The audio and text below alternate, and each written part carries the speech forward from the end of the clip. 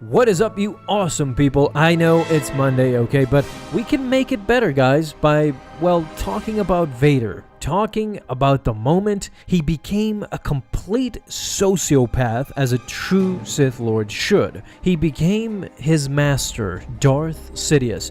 Vader did the same thing to an innocent little Jedi as Sidious did to him years ago. You'll see how cruel Sidious had actually turned Vader. Right now, he was completely insidious. So we'll get to see that if you guys stick around, and just so that you guys know, this story was taken from Star Wars Tales. A tale of a surviving Jedi called The Duty. The Empire was seeking out any Jedi Knight and Padawans that had survived, but as the rest of the Jedi that survived, this one was not giving up as swarms of stormtroopers were slashed. He was determined to defeat the Empire. Jedi Knight Gira was immediately called on the southern airlock by his commander. He ran. He needed to protect the Padawans, and stormtroopers were flooding in. He annihilated them one by one, no mercy, pushed them to death. But suddenly a red blade is flinged at him. Luckily he escapes it, but now it was time to confront the dark side.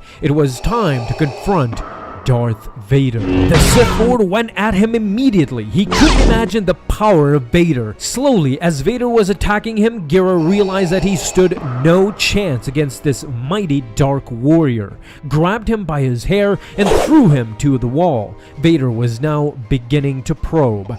"Join me and I'll let you live," said the Sith. "No," the Jedi said, but inside he knew he was tempted. Perhaps he could work something out with Vader as he tried to buy time. He attacked Vader, but his emotions were all over the place, and the former chosen one could sense it. Gira tried and tried, but he couldn't even come close to Vader. He was simply toying with the already defeated Jedi. He elbowed Gira in his back, and with this move, the Jedi was done.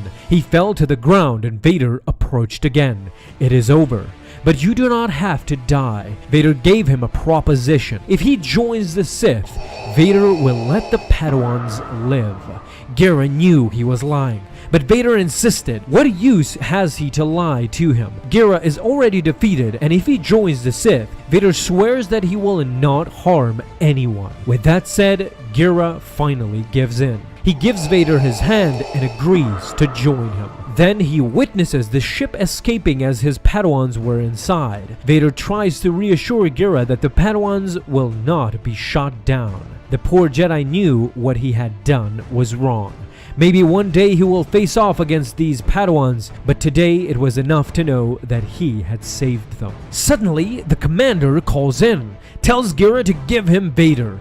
The Sith Lord confirms, are the explosives set aboard the escape vessel? The commander confirms that they are. Gira is shocked. "You swore not to harm the Padawans," but Vader is amused. "My promises are nothing compared to my duties to my master." As the vessel gets blown up, Gira is shocked. He feels all the deaths that just occurred, and he, of course, felt responsible. Vader left Gira's worthless lightsaber behind. Considering all that just happened, Vader had more than killed Gira. He had broken his spirit. Whatever he does next, he will ultimately serve Sidious. With no other choice, Gira, the surviving Jedi Knight, pointed the hilt to his chest and ignited it. He embraced his failure and chose to serve nothing at all. With that, we end today's issue, my friends. This was Star Wars Tales number 12, The Duty. Interestingly, it ends on a very sour note.